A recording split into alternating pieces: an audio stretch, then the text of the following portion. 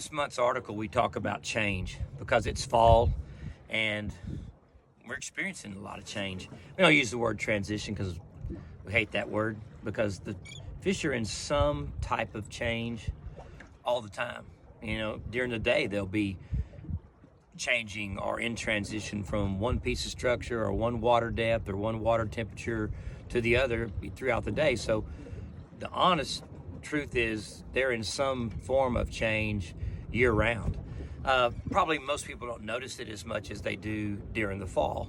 And you know, my tip for this article that goes with this article is be aware of the change. You know, obviously watch your weather forecast, and you don't want to get caught out there if there's a major front coming or some type of system. But be aware of the change and try each morning when you go fishing not to be spot orientated. In other words, don't say, I'm going to this spot.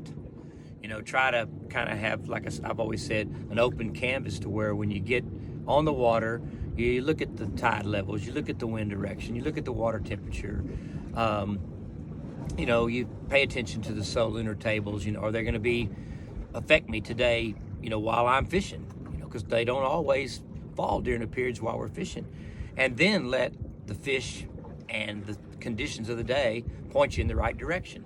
You're always going to look for bait. That's a given. You're always going to target the primary structure for the system that you're fishing in. You're always going to pay attention to birds, pelicans, gulls, osprey. You're going to pay attention to all those things. You should do that every day. But I think we're subject this time of year to that maybe changing a little bit more from day to day than it does, say, other times of the year. So, have an open mind when you get out there.